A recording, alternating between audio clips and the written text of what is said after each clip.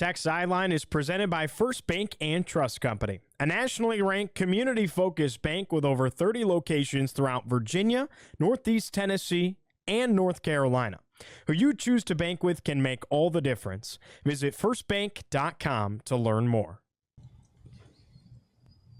Good morning, Hokie Nation. Hey, we're heading to a bowl game. The destination is Annapolis, the Military Bowl against Tulane. We got the football crew on set. We're talking Virginia Tech football. We're talking a little bit of basketball and so much more. It's episode 335 of the Tech Sideline podcast, and it starts right now.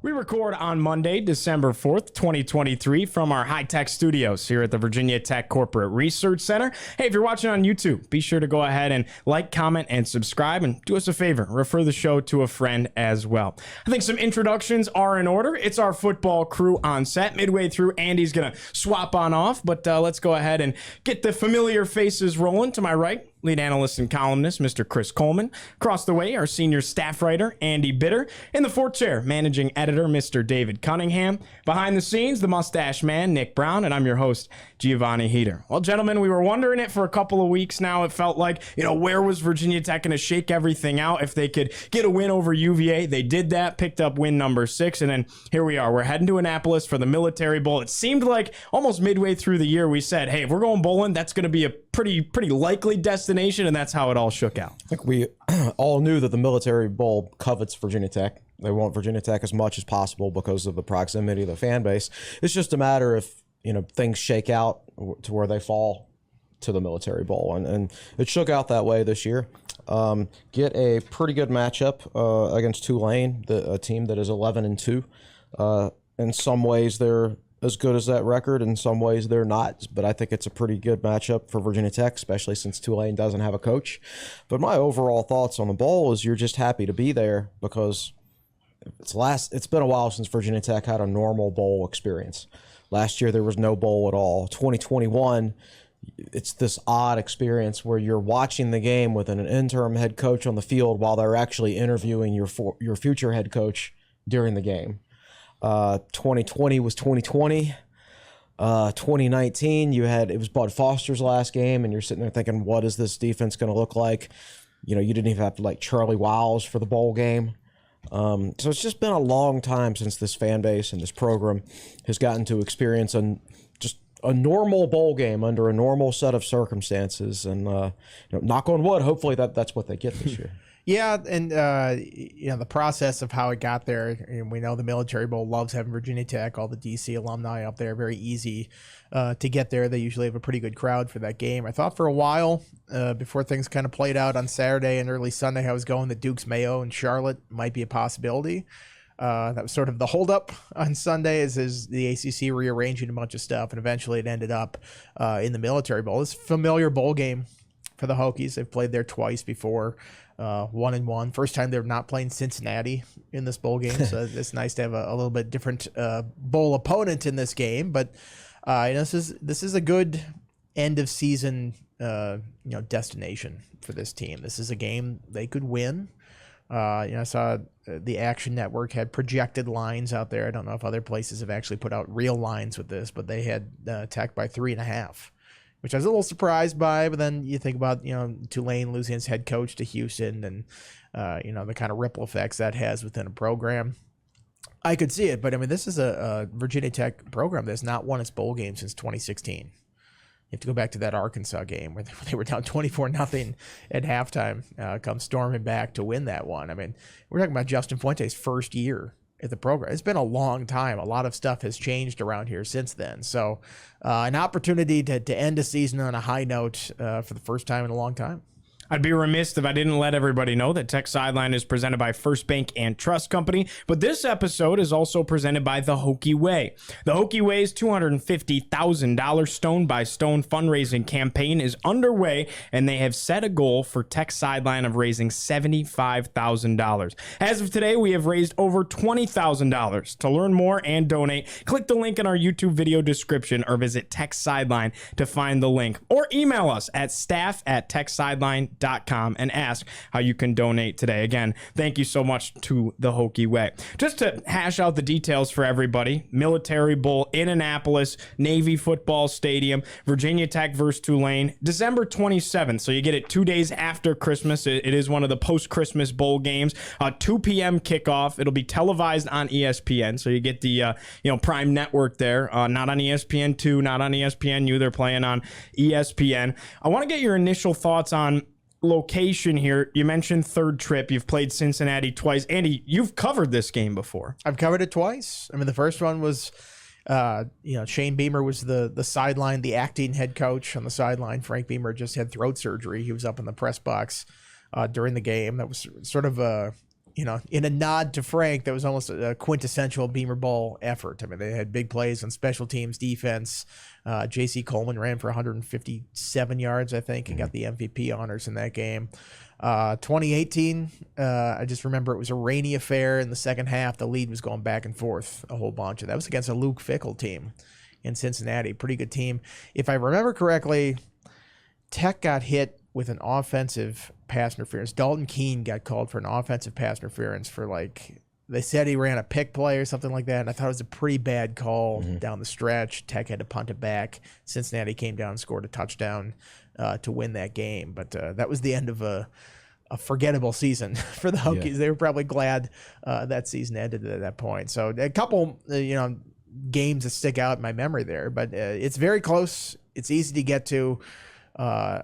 Game day traffic is a nightmare for anybody heading up there. Leave early to get to the game. That would be my advice with that. But it's Annapolis, an interesting little town, and I've gone up there and I walked around the Naval Academy up there, and inside you can go through security and stuff and get on the actual campus area there. So it's kind of cool to go around and look around. I've been there during the summer, so I'm really curious to see it this time of year. It's a pretty spot for sure. So definitely looking forward to seeing that. Well, this all happened for a reason, right? And it was kind of a chain reaction starting all the way at the top. So we got to talk about it, guys. Your thoughts on Florida State getting left out of the college football playoffs? I mean, what does this mean for the ACC? How surprised were you with the committee's decision yesterday? For some reason, I wasn't all that surprised. I understand you want to have your 4 teams that you feel like are most able to put on a competitive, compelling games during the playoffs.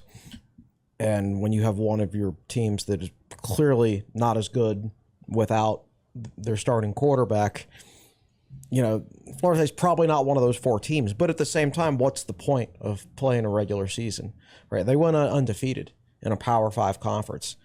They smacked around LSU. Like, yes, Alabama, they beat Georgia in the playoffs, but like they kind of struggled to get there at times.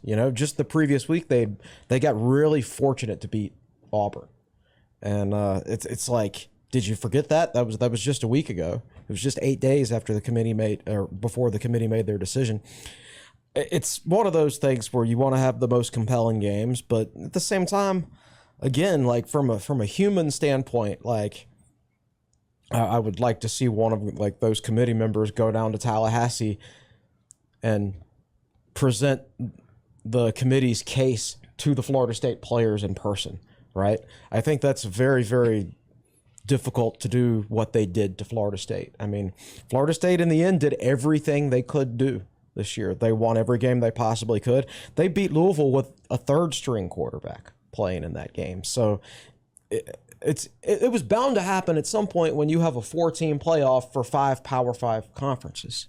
Yeah, I mean, that was I tweeted this. That was the original sin of this playoff format. Was 4 teams go and you have 5 Power 5 leagues. One's going to get left out as a champion if everybody is at the top. And somehow in the 10-year history, they've never run into this, the committee. They've always gotten lucky somehow on the last day. Even that first year, where it's like, oh, I don't know about Ohio State. They got their third string quarterback in there, and then they go out and beat Wisconsin 59-0 in the Big Ten title game. You're like, okay, they're really good, and then the Big Ten, tripped over its own 2 feet and it declared 2 champions and didn't have a title game, and like the Big 12 took itself out of that consideration there, and somehow in the years after that, they never had another controversy this big.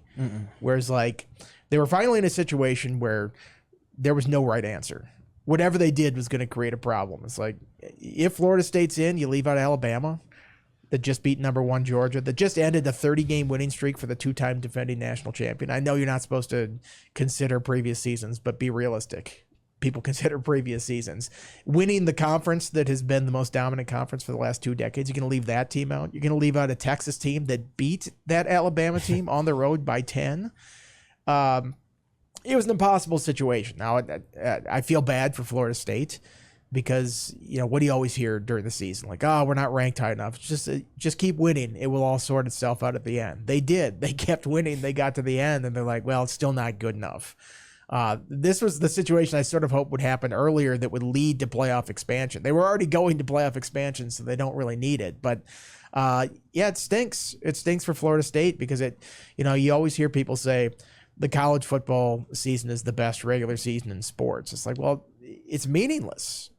If this is the result you get, it's absolutely meaningless. If a team goes through the schedule that Florida State did, and it's not like they just, ran the table in a weak ACC. They beat the heck out of LSU.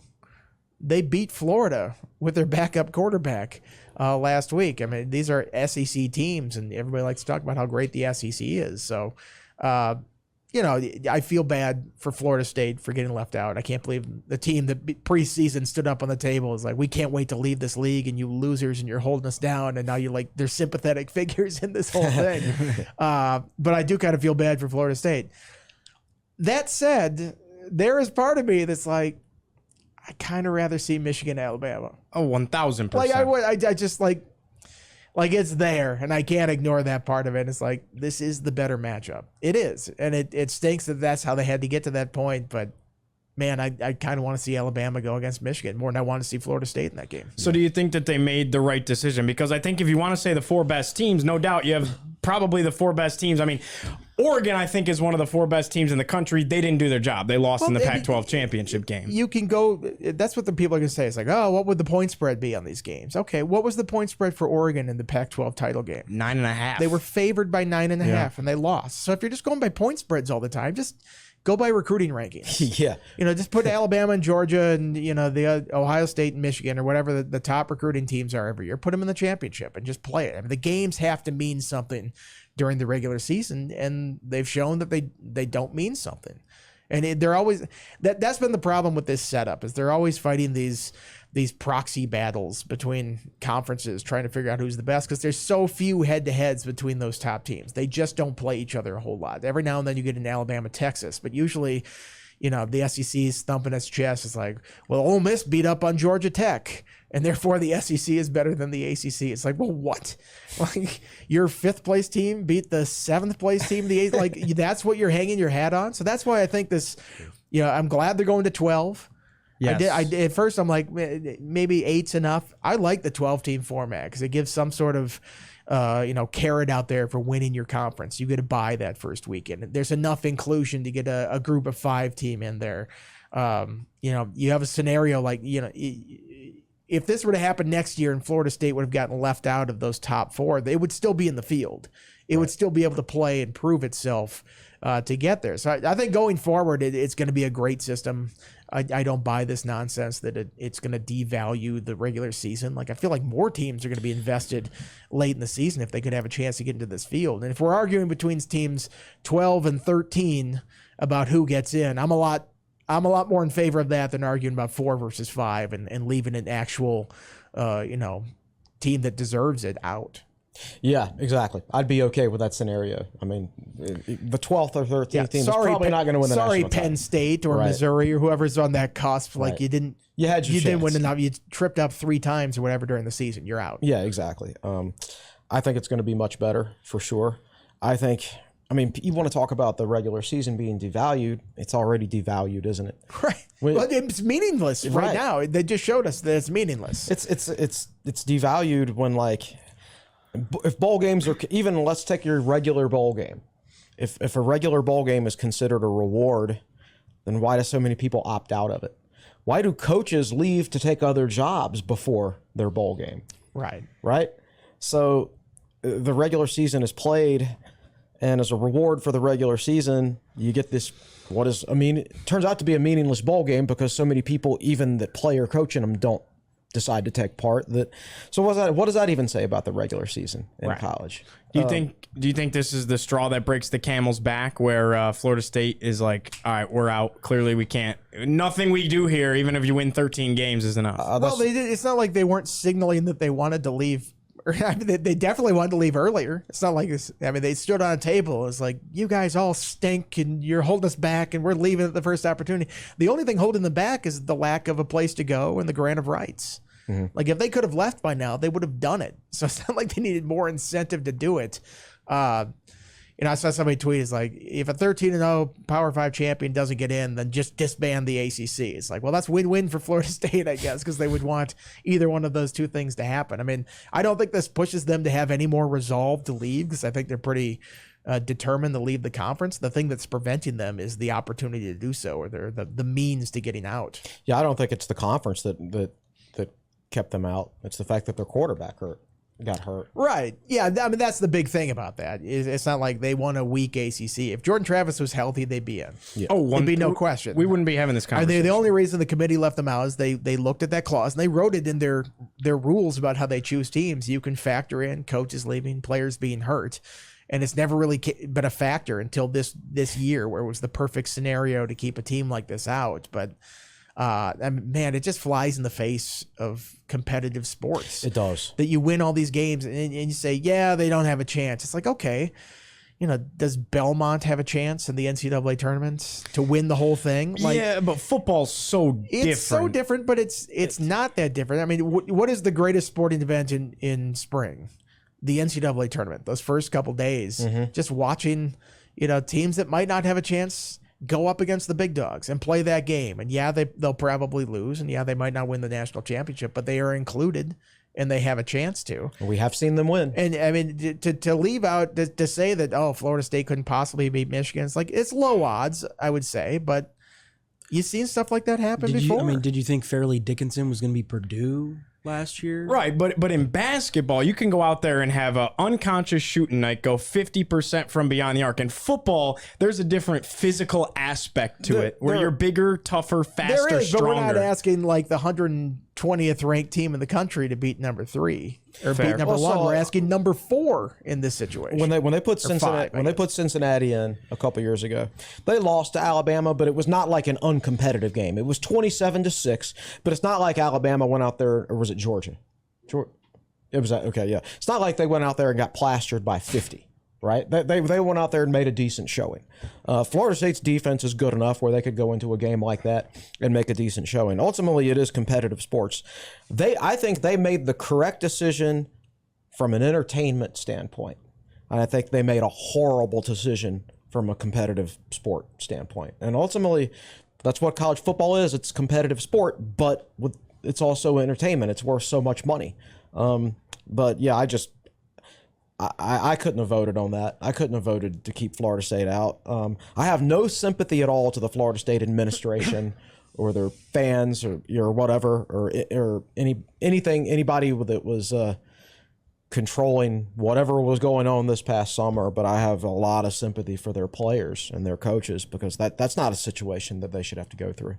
It's fitting that the last decision the committee ever had to make with 4 teams is going to be the most controversial, and the reason why that 4-team bracket was never enough. I mean, they finally showed it. The last time they had the 40th team they had to choose, I think it was 10 years exactly of 4-team playoffs that they had to pick. The 40th team that they had to choose was the one that's like, yes, this is why this setup was stupid to begin with. No doubt about it. And I think something too that is like worth mentioning is like that just goes to show how competitive the sport has gotten now. Transfer portal, everything. It really has changed the game, because you had a situation where it was so competitive in the final week of championship week that Georgia went by losing one game from 1 to 6 like that, by losing one game to a team that now got in. So just really awesome stuff. So this is kind of where I wanted to stem the conversation off of this. There were other scenarios at play here for Virginia Tech and their bowl game. You mentioned the Duke's Mayo, the Sun Bowl was on the table, the Fenway Bowl was at one point on the table, and obviously anything else that the ACC does have a chance at, Virginia Tech could have been in the conversation for. So how did we get here? How did the chain reaction happen where Tech ends up going to Annapolis, Andy? Well, prior to Florida State being left out in the playoff, you had a pretty good chance of the ACC having two teams in the New Year's Six. Because if a team goes to the playoff, then the ACC gets the next highest ranked team as a replacement in the Orange Bowl. So Florida State would have gone to the playoff. Louisville would have taken its place in the Orange Bowl. You got two in the New Year's Six. That moves everybody up a rung in the bowl selection ladder. Florida State did not get picked for the playoffs, so they go to the Orange Bowl. So Louisville's out of the New Year's Six because they're not ranked high enough to get in that large bid. So all of a sudden, there's an extra team in that pool below that. On top of that, the highest ranked non-playoff team was Georgia. If Georgia had beat Alabama, that would have been Ohio State, and Ohio State would have gone to the Orange Bowl, which would have opened up the ReliaQuest Bowl to the ACC.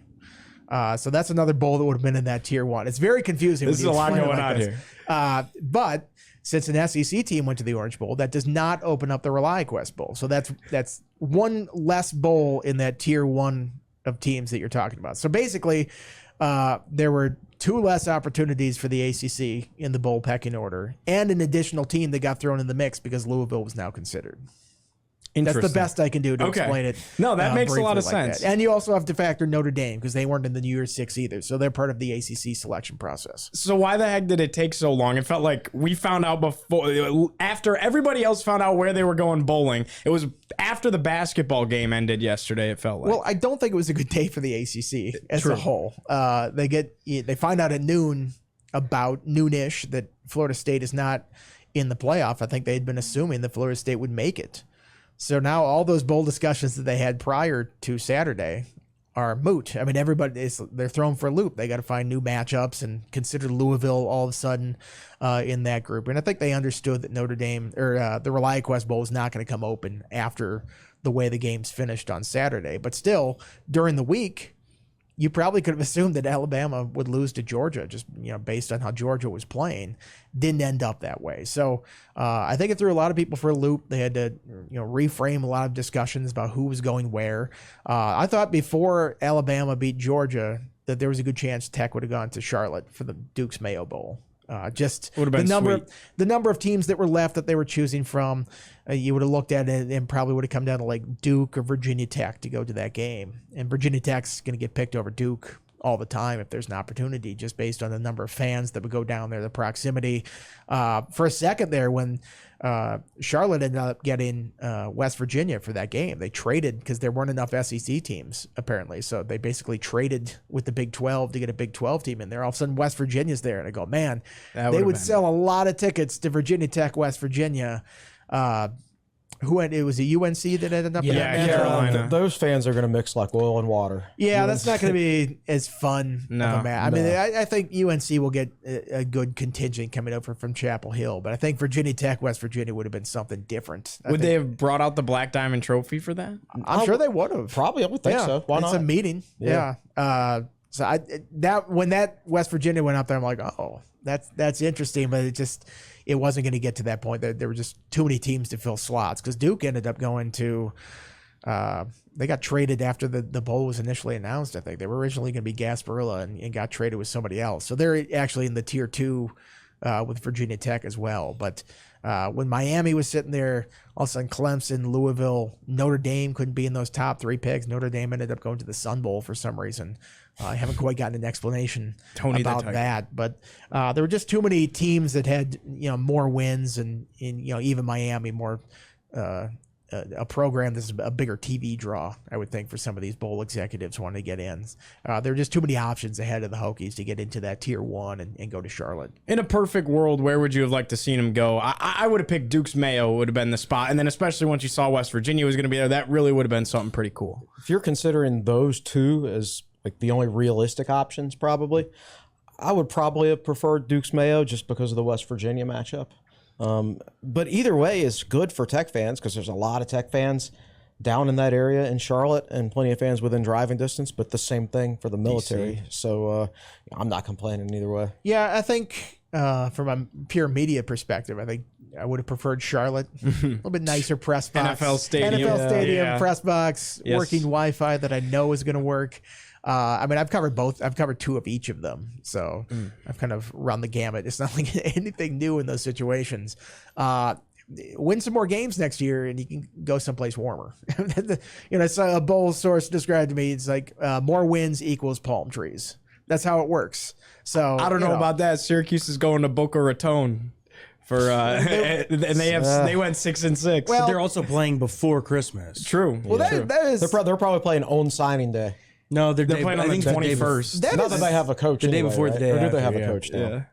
Yeah, they do. They hired Fran Brown from Georgia. Oh, that's right. Yeah. that is sort of my beef with the ACC's bowl tie-ins is that I feel like they need some better tie-ins to some of these places. Like you look at the Big Ten, the SEC, it's like if you're near the top or even in the middle, you're going someplace warm. You're going to Florida or Vegas or California somewhere, something like that.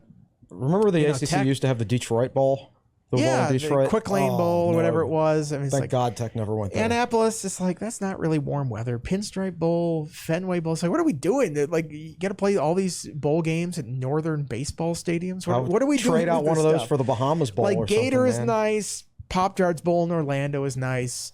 El Paso's kind of hanging on. It's such a weird location because it's so tough to get to. And you think like, oh man, it's on the Mexican border. It's like it is not warm in El Paso on New Year's Eve or whenever they play that game. It is in the mountains and is quite cold. Yeah. When you're down there. Yeah, it's 1 year Notre Dame and Miami played and it snowed. And the really? Miami players were having a snowball fight on the sideline while Notre Dame was smashing them on the field. Yeah. I think Holiday Bowl is a nice addition. I would love to cover a Holiday Bowl. Where do they play that one? That's at Petco, I think. I think they play in the baseball stadium. In San Diego? Yeah. But it's San Diego, so it's fine. So yeah, I'm okay with the baseball stadium if it's a warm weather location like that. But it's like, Not Fenway. yeah, Fenway. and even like I would have Charlotte, loved the Fenway Bowl. even like Charlotte is just so familiar to the conference. It's like you go down there for media day and you go down there for neutral site games. You go down there for the ACC championship. It's like I don't know. There's a lot of ACC trips there. tournament is there. to go 2 to years go to from now. Charlotte for a fan base is like, okay, this is sort of the headquarters of the ACC. I get that, but it doesn't feel like an exotic location or someplace that's kind of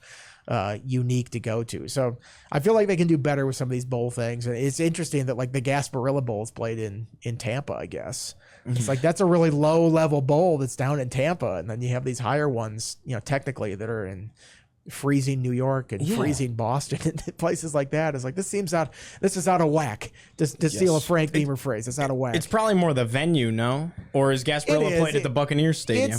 I think it is. Oh, see, then that goes out it's the window. like it's sponsorship, Yeah. it's payout, it's all that kind of stuff that goes into it. So I don't know. I feel like there could be a reconfiguring of some of these bowls and what's considered the prominent ones and what's not. I get confused every year because so many bowls change names every year. So I have Yes. to reacquaint myself with the rules. So if I'm ever like NCAA football czar, my first rule is going to be like no more bowl sponsorships. You're the Orange Bowl, you're the Sugar Bowl, you're the Citrus Bowl, you're the Fiesta Bowl, all the way down the line. But that's how these things even exist, is the sponsorships. Yeah. I had somebody. but there's too many of them, so that'd be my way of getting. I rid was of a bunch tweeting of them.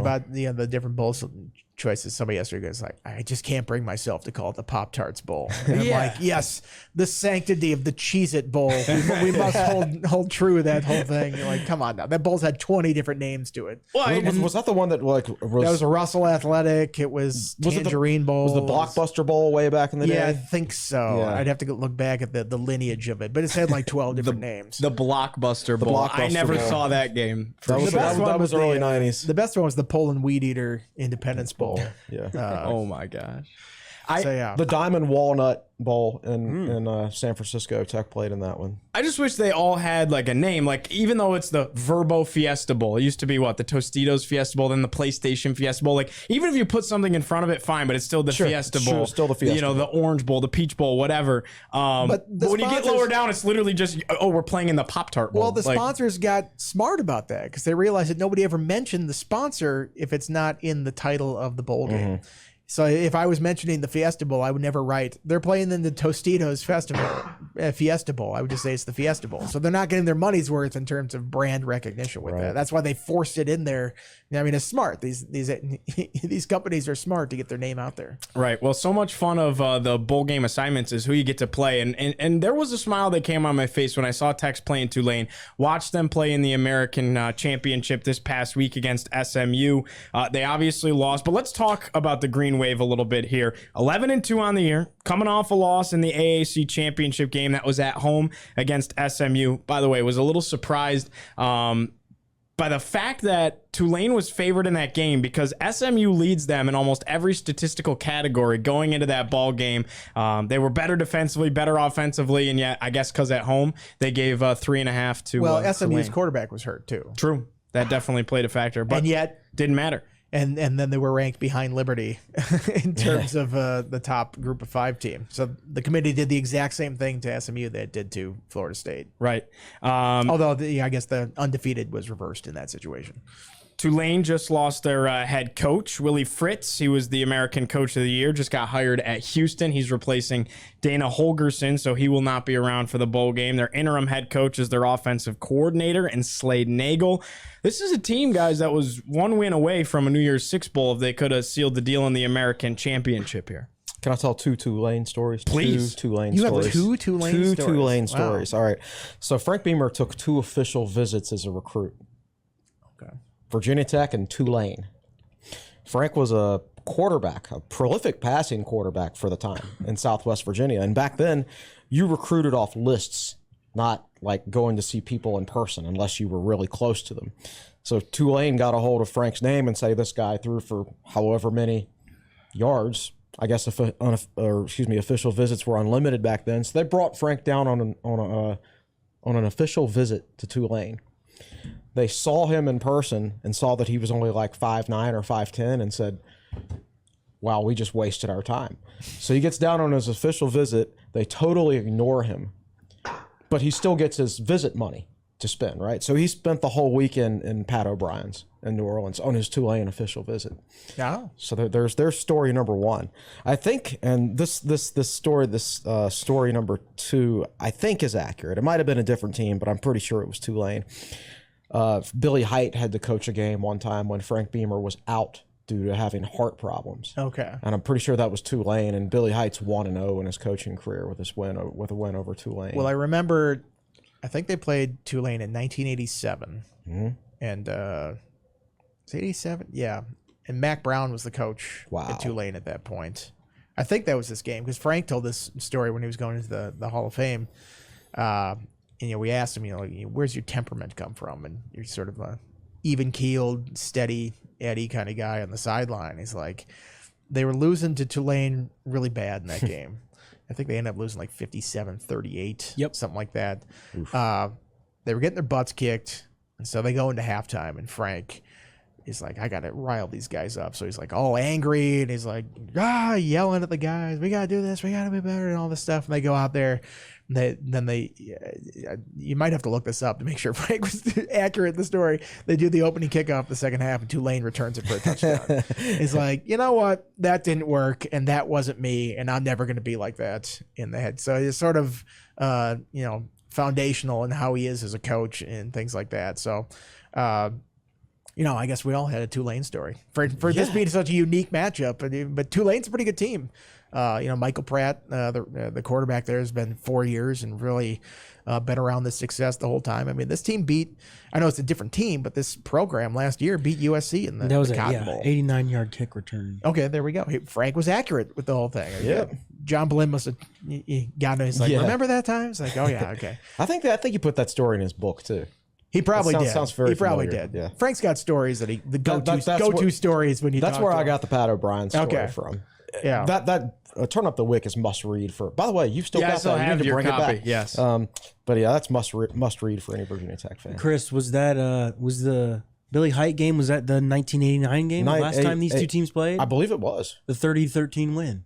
30-13. Yeah, that's right. You guys always have interesting stories. Always fun to get you guys going. Talking about Tulane a little bit, their quarterback, Michael Pratt, Jr. out of Boca Raton, Florida, threw for 2,406 yards this year, 22 tutties, 5 interceptions, 286 yards on the ground, 5 rushing touchdowns.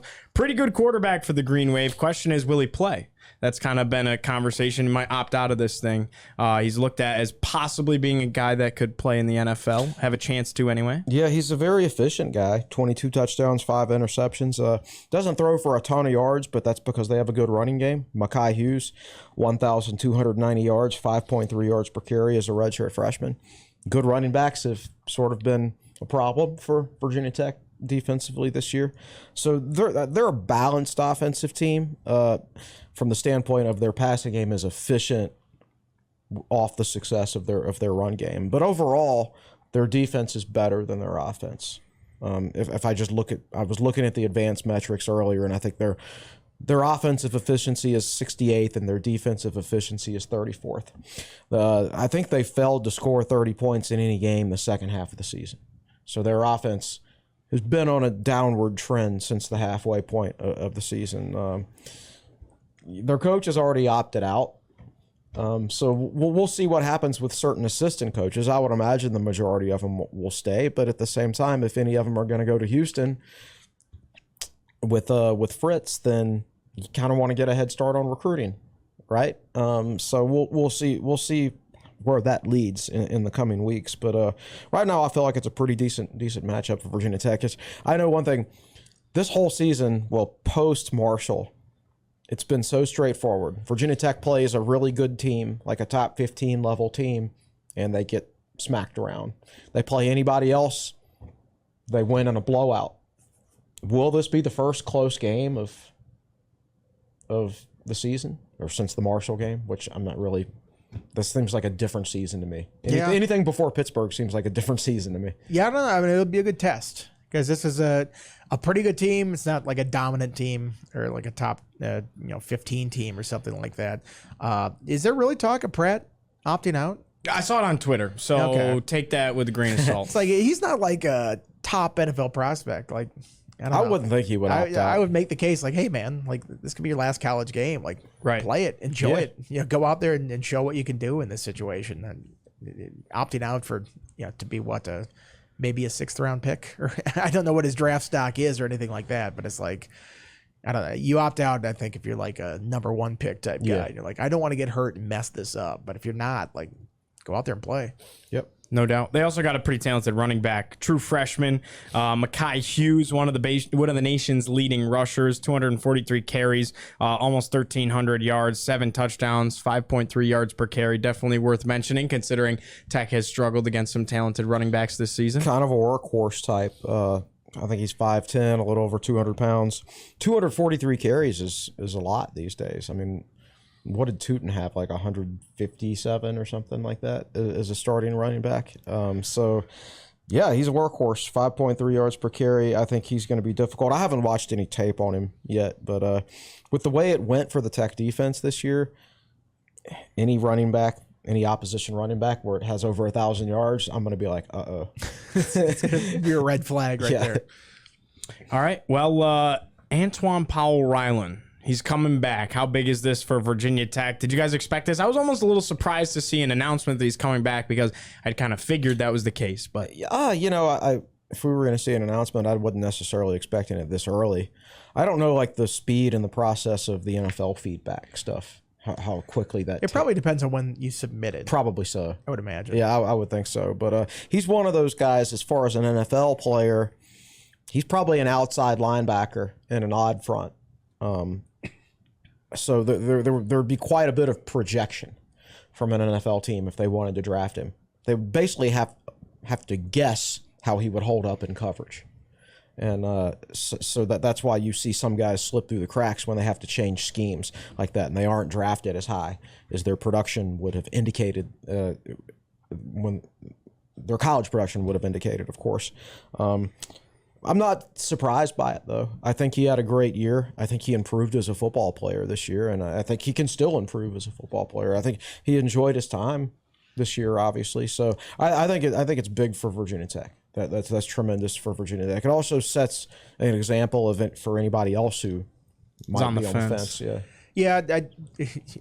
I clicked on that, and he sits down in the video and starts talking about how great his time is at Virginia Tech. Like, if you're a Hokies fan, you're watching that going, yeah. "Oh man, he's gone." He leaves. He's like, "The NFL is my dream, but it can wait."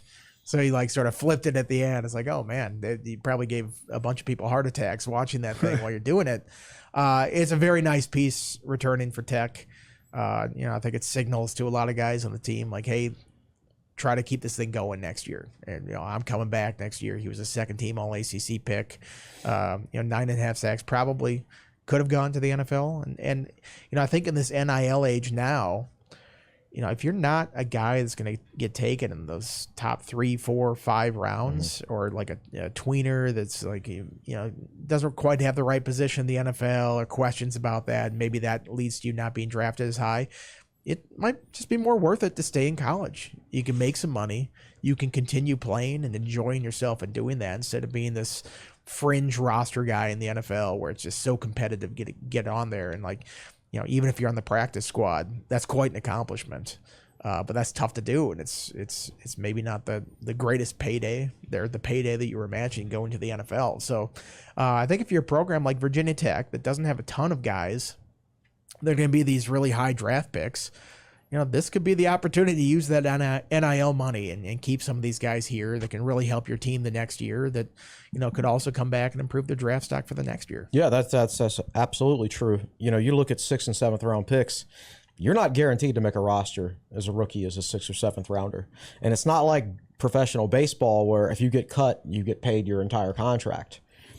If you get cut in the NFL as a rookie, you get your signing bonus, and that's it, which is basically very little as a 6th or 7th round pick. So you're not guaranteed anything as a late round pick in football.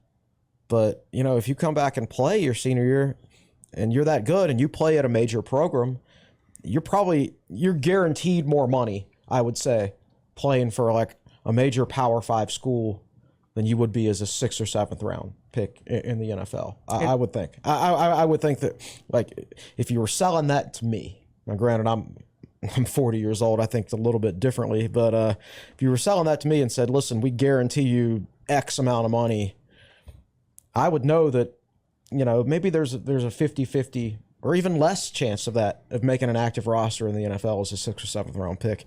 You probably take the guaranteed money. Yeah, and I think that applies to a lot of guys on this team.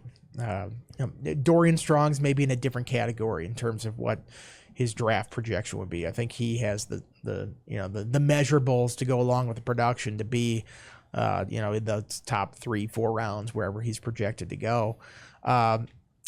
Tootin, Jalen Lane, DeQuan Felton, Ollie Jennings, a lot of these guys, Derek Canteen. I think a lot of these guys would not get drafted very high if they're drafted at all, if they were to leave. And do you want that? And then you're playing the roster game on the end, trying to find a right fit and squeak on to a 53 or try to make the practice squad. Or can you come back and be the big man on campus for another year, make some money now in the process, continue playing and continue to develop your game that way? I think I'd lean towards the latter. It seems like a lot more fun than getting along with your professional life. Yeah, there is another reason here why NIL is good for collegiate athletics. It can incentivize players to stick around, which is something you did not have at all before. Take my $200K and go to Tots. Yeah. Well, yeah, you could look back at like in that 2016 team where they have the season, and then after that, Gerard Evans goes pro, Isaiah Ford goes pro, Bucky Hodges goes pro, and all these guys are late round picks, if at all. Undrafted. Yeah, Gerard didn't get drafted, correct? Right, neither did Cam Phillips. Cam Phillips did stayed. stay. Yeah, he did stay. Bucky and Isaiah, I think, were sixth round picks, 6th or 7th. Bucky was 6th. Isaiah was like 7th, and he was like 5 from the bottom. He was almost Mr. Irrelevant. Okay. And you think I don't think Bucky made a roster. He did not. In the NFL. Practice squad for 1 year, I think. Isaiah stuck around for a while in the NFL. He was never like a speedster or anything, so it was always going to be tough, I think, for him to at the next level. But credit to him for sticking around for the career he had in the NFL. But if he could have come back instead of being a 7th round pick and played another year at Tech and put up what I would imagine big numbers. I mean, Cam Phillips broke the receiving record that year coming back, so I would imagine Isaiah Ford would have done pretty well for himself in 2017 if that option existed. Think of how that could have impacted the Hokies in 2017 versus 2016. Well, I wanted to mention here that APR and Tootin, like you had mentioned, 2nd team All-ACC. Dorian Strong, Tucker Holloway, a 3rd team All-ACC as well. Holloway, obviously, as a return specialist. Well, some guys have hopped in the portal here early on for Virginia Tech after the regular season came to a close. Where do you see the biggest loss? How can those holes be filled? Daquan Wright really comes to mind for me. I know Chris is going to beg to differ here a little bit. I think he's a talented player. He's not in good enough shape. I think he could be a much better football player than he is if he was a 12-month football player. To me, I don't want to get too detailed on this, but he's like a 3 or 4 month football player. I think if he was a 12-month football player, he would be the best receiving tight end in Virginia Tech history. Bucky Hodges doesn't count because he wasn't actually a tight end. But I'm disappointed that he did not fill his potential at Virginia Tech. I don't know exactly what he's looking for, but tight end is replaceable. Yeah, I mean, he's a nice receiving tight end. And you look at that room, and I think with him and Benji Gosnell, St. Germain, I think you had a nice mixture of guys. Now you're missing a little bit of something in that room. And it'll be interesting, possibly could Zeke Wimbush get a little more run in the bowl game now without Wright? I'm not sure, but I think all of a sudden, they don't have a commitment in the 2024 class at tight end, I believe. Correct. You wonder if they look at the portal now to try to find somebody to come in. I mean, tight end is maybe a luxury if you're looking for it there. You probably certainly want defensive tackle first, probably want some offensive line help. I would imagine linebacker help is a high priority there too. Mm-hmm. Tight end, maybe you look for something like that, and I guess it depends on if Nick Gallo decides to come back for another year, because he does have that option, can take the medical and come, or can just redshirt, can just straight up redshirt and come back. So it's a loss there. I don't think it's an overwhelming loss, but he was a nice pass catching target and certainly had some big games this season. I would actually do the opposite. Like if Tech decides to go in the portal and replace him, I would take the most brutal, physical run blocking tight end I could get. Because none of Tech's tight ends were good at run blocking this year. Like even Gosnell, he has the look, but he's not strong enough right now. He had 2 straight torn ACLs. He hasn't been able to have a full year lifting weights since he was like a junior in high school. Well, right? I mean, all those guys are young. Correct. I mean, they're all second-year players, and you expect them when they get older in the program, they'll be bigger and stronger and have that capability more. So I wouldn't be as concerned about that, I guess. Yeah, like it's maybe 4th or 5th on my priority list as opposed to other positions. How about anybody else that hopped in the portal this past couple of weeks? I think Bryce Duke could have been a good football player. And I think he is, actually. I just think sometimes it's all about timing. And it's also timing and also philosophy. Like in the past, Virginia Tech coaches did not shy away from playing 3 or 4 running backs in a year. This staff, is very much Billy Height-like. 2 running back rotation. The starter gets 2 drives, the backup gets 1 drive, then the starter gets 2, then the backup gets 1. It's the same rotation every day. So if you're the 3rd running back to actually get into a football game on anything besides special teams, it's going to have to be a blowout one way or the other. So it's that's going to make it. You're going to see turnover at running back because of that in the future, I think. Yeah, well, perhaps the signals that Tootin's coming back. Yep. Perhaps that's a good sign, and Bryce has some inside information Yeah. on that whole situation. If Tootin comes back and Thomas comes back, where's the role for the 3rd running back? I know that Pry has talked up Jeremiah Coney as a freshman, and that's a guy this staff recruited. Duke was a holdover from the previous staff who's stuck on with the coaching change. I wonder if the opportunity is going to be there. And you look at how they've used him these first 2 years. They didn't redshirt him. He's already a sophomore. He's finishing up his sophomore season. So if Tootin stays, if Thomas stays, there's not going to be a big role for him next year. if he plays next year, he's a junior. He's used up 3 years of his eligibility, and he's barely gotten on the field. I think he looks at that and goes, I want to go somewhere and play. I want to have an opportunity to get on the field. And, that's what's nice about the portal is it affords those guys that opportunity. He won't have to sit out a season. He can use his one-time transfer deal and go somewhere and play right away. And, I think that's good. And I think I think Chance Black is in a similar situation. I don't have inside information on whether he plans to enter the portal or anything like that. But, since Pry and his staff got here, it feels like they've been talking about moving him to cornerback or other ways that, slot receiver or helping him other ways. It's just tough to get on the field in that running back room right now. And now they've got, Tootin, Thomas, Coney coming up. Traylon Mitchell is another one who redshirted. They have another guy in the 2024 class that they've recruited. I mean, they've recruited running backs. They have backs in this program. So not surprising too much to see Duke go in the portal there. Awesome. Well, the other guys in the portal for Virginia Tech at this time, Christian Moss and Nike Hawkins opted in as well. Nike Hawkins did enter. Neither of whom played last year. Correct. They were both neither. Nike, he played a little bit 2 years ago, like in the Miami game. I think he got about 30 snaps, but he's been hurt a lot in his career. And Moss was actually not on the team this past season, so that does not impact the numbers. It's so weird. It says on Nike wasn't. It says on 247 they both entered today. I'm sorry, Nike Hawkins. I was thinking Nike Johnson. Yeah, The portal opened today. Yeah, officially. Actually, there was a story. But it says Daquan Wright entered on the 29th. Well, he announced his intention. Right. Yeah. You got to parse the language there. Right. There's actually an On3 article that said Virginia Tech loses playmaking wide receiver, and I saw it. It was like in my Facebook feed or something like that. I'm like, what are they talking? So I click on the thing. It's like Christian Moss has entered the transfer program. Like he caught 5 passes for 71 yards in 2022. I'm like, and he was who's writing this headline? And on he this? was basically so misleading. AI generated. I mean, he decided not to play football this season. They took him off there. He could stay on scholarship, but they took him off the roster, and they had that option to do that, so he didn't count against the numbers. But like, who's writing some of these things and saying a big time playmaker leaving Virginia Tech? It's like he wasn't even on the team last year. Yeah, silly. You won't see that at Tech Sideline. We will write accurate headlines at Tech Sideline. Accurate headlines. David, anything on football from the fourth chair before we flip the script and talk hoops here? Yeah, so I looked up, this is very random, but Chris, you mentioned it. I looked up the last time Virginia Tech played Tulane. Mm-hmm. It was October 28th, 1989. And I looked up the score, and I tell you what, Andy, you're somebody who's worked at a newspaper. You know how valuable newspaper archives can be. And I found from the Virginian Pilot a story from Dave Johnson. I assume that is... DJ, yeah. Yeah, Virginia Tech alum, Dave Johnson, who now works at William & Mary. And I also found a Washington Post article about the game and about how Frank Beamer visiting the team before the game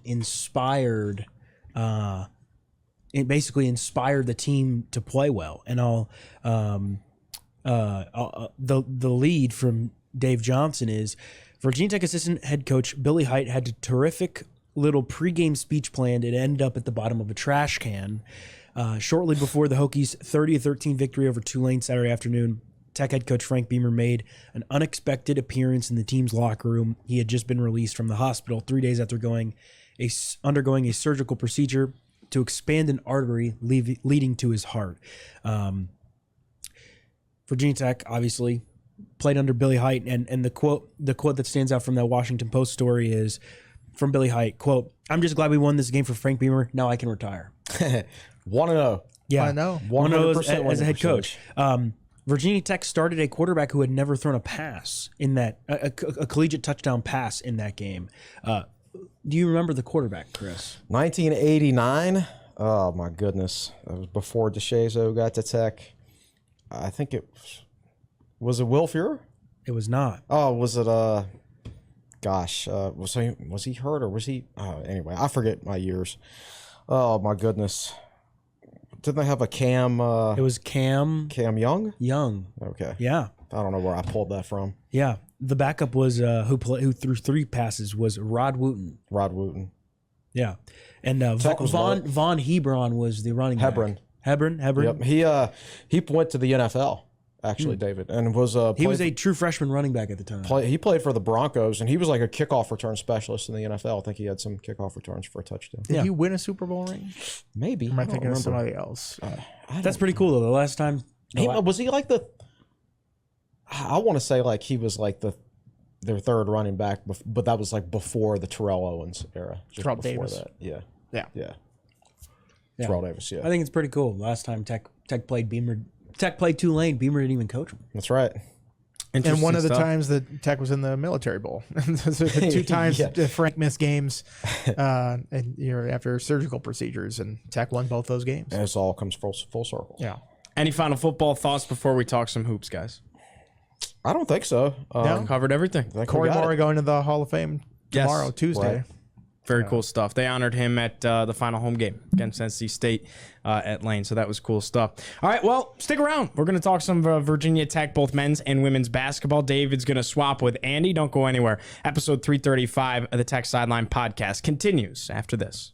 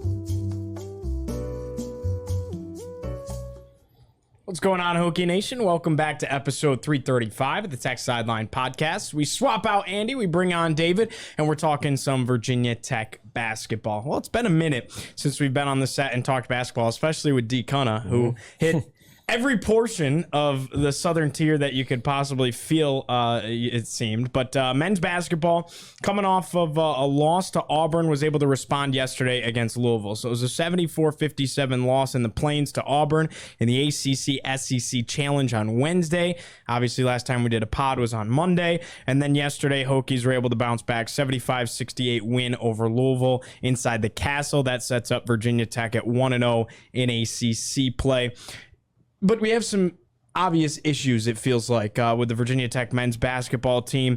Blowout losses in back-to-back games against FAU and Auburn. Chris, what are you seeing right now out of Mike Young's squad? Those two teams are like Tech's kryptonite, like with their Hey, I length. wrote that. You did write that. I know. I stole it. Well, he asked me first. I wasn't going to steal it. Blame him. It's my fault. But those are the types of teams that Virginia Tech struggles against. Lengthy, athletic teams that really put a lot of pressure on their offense on the perimeter. And I think Virginia Tech has improved quite a bit in their half-court defense since the South Carolina game. I think when you look at that FAU game, late in the first half, that was 25-24. And Virginia Tech was playing much better defense, but they couldn't get any good offensive possessions, and eventually they just kind of quit on the defensive end. But that final score wasn't Like they played better defensively than that early in the game, right? And the same thing at Auburn. Like Auburn, I forget, how many did Auburn score? What was the final? It was 74-57. Well, but 74. How many of those came in runouts after turnovers, right? Fast break points, 13. 13, right. 30 points off turnovers. Right. And I think Tech's actual half-court defense in that game was good. It was good enough to win the game. So that's what I'm taking away. The positives is that the half-court defense has improved. I don't think Tech will see as many teams quite like Auburn and FAU from here on out, so the matchups will be better. That said, you're a little bit behind the 8 ball. You know, now that the ACC is a 20-game conference schedule, even if Virginia Tech goes 11-9 in the ACC, which I think is optimistic, you're only going to go 8-3 in your non-conference schedule, so you're going to be stuck at 19 wins, which is not going to get you got AC tournament. Yeah, so. I'm not hanging my hat on that again. But like you can win a 20th game. Correct, right? Yes, but it is tight margin. It's a very tight margin. I really don't like the 20 games schedule in the ACC, but that's a different conversation. So my whole thing is I think they've improved defensively. They will play better offensively. I'm really happy for MJ Collins with that game yesterday. I was happier for him than I was anybody else in the whole arena, just to have some shots finally go down. They'll get it together offensively. My concern is there's just not going to be enough opportunity to get to 20-plus wins. Like, you're going to have to do something like go 12-8 in the ACC, or even as we saw last year because of their schedule, Clemson went 14-6 and didn't make it. But I don't think that would happen to Tech. I wish they'd beaten South Carolina. Like, South Carolina's a good team; they're much improved, but I don't think Virginia Tech played as well as they were capable of that day. I think when you look at that Auburn game, like Auburn had 26 second chance points off of 17 offensive rebounds. And I also don't think MJ Collins was out for that game, and obviously defensively, like I think you saw, not that Tyler Nichols playing bad right now, but you saw how much MJ Collins is valued on that defensive end because Tyler Nichols looked lost there at times, and MJ Collins, when he's on the floor defensively, even before his shots fell yesterday, he looked competent, like he knew what he was doing on that end. There have been times where Tyler Nichols just looks like it's going too fast for him. Also, Sean Padula has not played well. He was 0 of 9 in that Auburn game. Career high in turnovers too with 7. Yeah, but I think the bottom line is that Auburn and Florida Atlantic are two really good teams. They're two top 20 teams in the country, and they're long and they're lengthy and they're athletic. And Florida Atlantic hit a lot of shots. Auburn didn't. But Auburn's much more physical. And I think the biggest thing is Tech's learning from that. And it was a good learning experience. I think the Auburn one more so than the Florida Atlantic one. Because the Florida Atlantic one's basically a blowout. And that one got away from Tech so quickly. But I do think Mike Young learned that he has to make sure his team stays focused. Because I thought about that FAU game, Tech lost focus. And I thought it was better against Auburn. Tech scored 33 points in the second half. The problem was that at that point, it was just like Tech couldn't really get back in the game. I think you look big picture, like yesterday's win was a good win for Tech, 1-0 in the ACC. 5th time in the last 6 years. Tech started 1-0. You've got now a month to kind of work on some things and figure some things out. Good to see MJ Collins get going. Career high 20 points for him. He was 5 of 5. He had not made a 3-pointer yet this year, and he made 3. And it was interesting talking to him after the game just about how what he's been working on and how tough the last month had been for him. He also had a knee injury. And so he had a heating pad going on his knee last night just to make sure he could stay loose. But his dad also came up from South Carolina, and they got in the gym together, and his dad kind of helped him refocus a little bit. And I think it helped him. And He goes out. He was 7 of 7 from the free throw line. He's a perfect 15 of 15 from the line this year. He was 3 of 3, 5 of 10 from the floor. He attacked. It looked like he was in the right mindset. And now I look at that backcourt of Couture, Padula, and MJ Collins. If Collins is, I don't expect Collins to score 20 every game, but if Collins is playing well, and Hunter Couture he chipped in 12 points last night. He only took 3 3-pointers, which is kind of surprising. And we've seen what Sean Padula can do. Sean Padula's had very good games this season. I think this is a pretty good backcourt. A lot depends on how well MJ Collins can perform, I think, because you don't want to have to put too much on Padula and Couture every night. And the fact that Padula and Couture only combined for 5 baskets yesterday, they were 5 of 12. They combined for 5 baskets. Now they made a lot of free throws. And Virginia Tech still, was able to win the game by 7. I think that says a lot about where this team is coming. Obviously, it's early. Probably would have liked to beat Louisville by a little bit more, but overall, I thought it was a pretty good performance.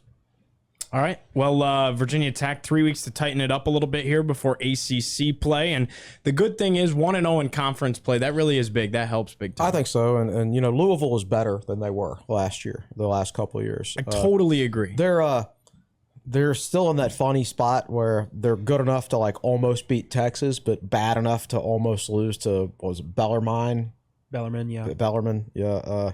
So they're took overtime against New Mexico State, right? Too. Exactly. So they're a funny team from that standpoint. You can tell that they're young. Yeah. They're still trying to find their way. So the highs are higher and the lows are lower. Yeah. They also have a player who decided he didn't want to play one game because he didn't have the right kind of underwear for him. But so that kind of tells you the type of people that. The type of personalities the Louisville coaching staff has decided they want to coach, which might make things a little difficult for them in the long run. But I think it's important these next few weeks because you don't play very many basketball games over the next few weeks, so you're going to get a lot of practice time. So Mike Young is going to be able to take everything he's seen on film so far, all 9 games, and use it as a teaching point and make tweaks, and you'll have 3 games to work out those tweaks and 3 games to discover exactly what this team needs to look like. His lineups, his minutes, his matchups, all that heading into the meat of conference play. So I think there's a lot of improvement that can be made over the course of the next month, and that's going to decide the course of the season for Virginia Tech is what they do and how much improvement they make in the month of December. I think you can say that for most teams, but specifically Virginia Tech, I think that's big. Yeah, you got 4 weeks and you play 4 games. Mm-hmm. You've got, after going to Orlando, basically coming back for Auburn for a day, going to class, and then turning around and flying to Auburn, and then coming back, having 2 days of prep, and then getting into your ACC opener. This is a big breather for Tech. Tech doesn't play until Saturday, Valpo, Vermont the following Saturday. So essentially in a 2-week span, you have a game. So it's like you've got 12, 13 days to kind of mess with stuff and get your feet under you, yes, but also tweak stuff. And I asked Mike about that, and he basically said, we're looking at everything. Like we are, he said the out of bounds hasn't been good enough in terms of defending out of bounds plays under the basket. Just a lot of different things that they want to work on. And again, like I think, the net came out this morning. Tech has a quadrant 1. Tech's 1-3 in quadrant 1. Win over Iowa State, losses Auburn, FAU, South Carolina. Yeah, it's not like Tech is losing to trash teams here. Yeah, Tech has all 3 of Tech's losses are Q1. I'm going to run the numbers and probably write a story on it tomorrow about just what the net looks like and what you can expect Tech's net to fluctuate in terms of the ACC too. I'm putting the ACC just in context, kind of what the league looks like. Clemson is the highest team in the net right now. Tech is at 74.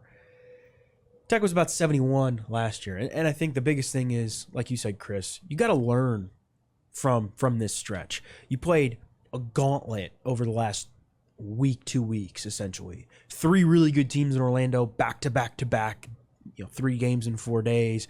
You go to Auburn. That's a really good Auburn team that I know just lost on the road to App State last night. Why Bruce Pearl's playing games like that, I don't know, but he's making people in Boone, North Carolina happy today.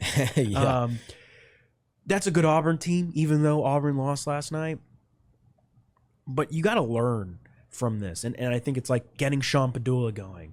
Like Padula had 4 turnovers last night. He's played okay at times, and he's played not so great at times, and you got to reel him in a little bit. And I thought he moved the ball at times very well, but I thought at other times he was way too indecisive, and where I thought his passes just seemed a little weak, where like he'd pass the ball at the top of the key, and it was just a little short, and Elijah Poteet like mishandled it or something like that. Like just needs to be crisper in that regard. I think Lynn Kidd's playing at a high level. Hunter Couture, you know what you have from him. If you can get MJ Collins a little bit more consistent, that'd be good. I think Mekhi Long is playing at a high level right now. He's rebounding the ball well. He had 8 boards last night. Continue to get Jaden Young, who I thought was the bright spot from that Auburn game. Get him a little bit more involved. Elijah Poteet, 7 points, 3 of 4. I think there's a lot of bright spots, just kind of meshing it together. And I think the key might be Robbie Barron. I say that because he and Tyler Nickel were a combined 2 of 13 yesterday in the game. Robbie Barron just cannot seem to get his shot to fall. What was his shooting percentage at Northwestern? Do you remember? Give me 1 sec to look it up. He has not shot the ball very well this year. I don't know if I think he's hit like 1 3-pointer. Yeah, I think that's right. And the thing is, like, he's capable of shooting better than he is. Like, Mike Young's not going to take a senior transfer who hasn't shown the ability to shoot, to knock down an open jumper. He's just not making him now for whatever reason. So at Northwestern last year, he shot 37% from the floor. He was 35% from 3. That's the thing. This year he is 29% from the floor, and he's 1 of 15 from 3. And I thought some of the looks he got were good. They were. Looks yesterday. And I think it's a similar thing with Collins, right? Just in it, at some point you just get in your head too much. And if they can get Robbie Barron going, I think he's been all right on the defensive end. He had a big block or 2 yesterday. If he can be an offensive factor, that completely changes what this team looks like. Yeah, I wasn't expecting him to like come out and average like 12, 13 points a game and be an offensive force, but I thought he'd be a reliable, good scheme defensive guy who would knock down the open jumper when it was presented, and he hasn't done that so far. But he's shown throughout his first 3 years of his career that he is capable of doing that. So that'll come at some point. You want to get it going ASAP, because you don't want to get to the end of the season and say, well, we're peaking right now. If only we'd started a couple weeks sooner, because we're going to end up a game or 2 short, right? You want to get that going as quickly as possible. Yeah, but I think you asked, kind of what does this team look like and where do you fix things? I think it's a lot of little things. It's like if you can get MJ Collins a little bit more consistent. You can get Robbie Barron, give him some confidence, because I think that's what Collins lacked. Collins just needed to see one go down, and then he was good. You can get Robbie Barron going. I don't think Tyler Nichols, the biggest issue is 1 of 6 yesterday, and we've seen him score the ball pretty well so far this season. I think this team has some shooters, has some good weapons. It's just a matter of putting it all together. There's going to be one night this year, hopefully in ACC play, where MJ Collins makes his shots, and Barron makes his shots, and Nickel makes his shots, and Padula doesn't turn it over. And you're going to be like, wow, that's what they're capable of looking like when everybody plays to their potential. Yeah. And Tech's going to run some team out of the gym because of that. Yeah. It's just a matter of when. Yeah. And I think Valpo, Vermont American before Wake Forest, a lot of time in between now and then to work on some things. You've got Christmas, obviously, in between now and then. But I think this is a good spot. If you told me Virginia Tech was going to be 6-3 through 9 games, would have a quadrant 1 win, and all 3 losses would be quadrant 1, I like, obviously you don't want to lose by 34 to FAU, and the Auburn win didn't look great, and I think Tech would want that South Carolina loss back. But all things considered, this team is in a solid spot moving forward. Just a lot of things to clean up. It's kind of like, okay, you answered a lot of questions in those first 9 games. You learned how to play defense down in Orlando, which I think was the biggest thing. If this team can complement good defense and get some of the good offensive weapons going and the ball moves more, I think this team's going to be in a good spot going into ACC play. Let's flip the script and talk a little bit of women's hoops here. Kind of unfortunately, I hate to keep the negativity going, but they're in the same spot, right? Coming off the heels of a loss, 82-64 final score on the road in Baton Rouge against number 7 LSU. That was also the ACC SEC Challenge on Thursday. They had a 5-day stint in between after returning from the Cayman Islands to get ready to head down to Baton Rouge. David, you were down there. What went wrong for the Hokies, especially after a really good start in the first quarter? I think the biggest thing, and the two teams are completely different, the men's and the women's. The biggest thing with the women is that they're struggling to get other people going outside of Georgia Amore and Elizabeth Kitley. Because Tech has 2 players that would play on any team in the country, start on any team in the country, 2 All-Americans, and then everybody else is still trying to figure it out. I've been surprised that Kayla King has not gotten going more. But I told Carter Hill and Jack Brizendine, who were down there with me, I said, for Virginia Tech to win a game like this, it is going to have to take everybody. Kayla King, Matilda Eck, Rose Mishaw, Olivia Sumiel, those players will have to score. And it was essentially the Georgia Amore, Liz Kitley show again.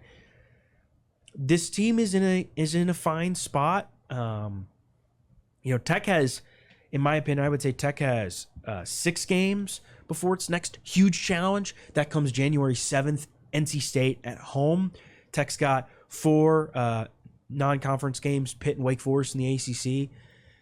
Again, kind of a similar situation where you've got time to fix a lot of things. But I think it's very weird because it's like Georgia Amore is very good. Liz Kitley's very good. You know what you have from them. Everybody else just seems a little hit or miss. Matilda Eck has looked okay. Rose Mishaw, Tech's trying to get her going. Olivia Sumiel had that big game against Tulane in the Cayman Islands, but just not enough consistency there. And I think it looks bad because Tech is 5-2 and has 2 losses, but those losses are 2 top 10 teams: Iowa, LSU. At the end of the day, Tech is still in a fine spot. It's nothing to fret about. What worries me is that we haven't necessarily seen, outside of Sumiel once and maybe Eck once, we haven't necessarily seen signs that stuff is turning for these players. We saw Carly Wenzel have a good game against Iowa, and she's kind of been radio silent since. It's kind of been like a flash here and a flash there and a flash there. When does it all come together? You got LIU, Radford, Rutgers, and William & Mary. Those are your next 4 games. Rutgers is on the road. Those are all before Christmas. A lot of time to clean some things up. They're all quadrant 4 games for Virginia Tech. Tech's going to win all 4. That Rutgers game, you go on the road. That's a good environment stimulation, I think. I think this is a good basketball team. It's just the identity is kind of just up in the air still. And if a player like Kayla King is not maximizing her potential in a game, that sets Tech back, because Georgia Amore and Elizabeth Kitley are doing as much as they can, but you need everybody else to step up. You need players to fill in the gaps everywhere. That LSU game, that's a good LSU team. Iowa is a good basketball team, but it's kind of around 1 player. This LSU team has 5 starters where everybody can score. There's a reason why LSU was picked to win the national championship again. What I saw from that LSU team is they've got 3 players, in my opinion, that are better than Angel Reese, who came back and played pretty well in her return. That is a good LSU team that is deep. Tech doesn't necessarily have that. Tech is kind of like the 5th or 6th best team in the ACC right now, I think. Because a team like NC State, a team like North Carolina, Notre Dame, they've looked good. Tech's not out of anything, and Tech's got some time to clean it up. I'm curious to see how Kenny Brooks gets Rose Mishaw going. I referred to it the other day as it's like Kenny Brooks is like he's a puppet master a little bit, and he's trying to pull strings. And sometimes you get the strings tangled up too much, and you've got to untangle the strings and get kids in order, and get Georgia Amore, her distributing the ball to kids to get them open looks. Like Carly Wenzel's shown flashes. She hit a 3 against LSU that was big, and then she goes radio silent for the rest of the game. You just need a little bit more consistency from everybody. You need to get the freshmen involved more. That Clara Strack foul out in 5 minutes thing was just crazy. That was insane. I've never seen anything like it. Outside of this is before y'all's time, but I think it was Carlos Dixon and fouled out in like 8 minutes in Tech's first trip to Duke. Wow. First year in the ACC. That does not surprise. And then Greenberg got ejected. Greenberg got absolutely. Yeah. But anyway, sorry. Yeah. No. But I think like I think that was just a sign of frustration, and I'm gonna ask Kenny on Wednesday when we talk to him about it, because I didn't want to ask him in the heat of the moment, just like why. Like I asked him about the fouls, but I didn't want to be like, why did you keep Claire out there? But I think a couple days later, a little bit of a week later, when he's had a chance to look at it again, just be like, hey, like a week later, what do you think? Right. I think maybe he thought he could just leave Strack out there and I'd rather have her pick up the fouls than Kitley. If that's the case, I can understand a little bit. Either way, this Tech team has a lot of talent. There's no doubting that. A lot of talent, a lot of talented players. This is, in my opinion, maybe one of the most talented Virginia Tech teams ever. Maybe the second most talented team ever. But you just have to find it. And what the difference between last year's team and this year's team is, last year's group was experience. And the only player Tech had to plug into the team last year was Taylor Soule. Deasia Gregg was in year 3 at Tech. Keanu Traylor was in year 2 at Tech. You obviously had the core. Taylor Soule was the one transfer.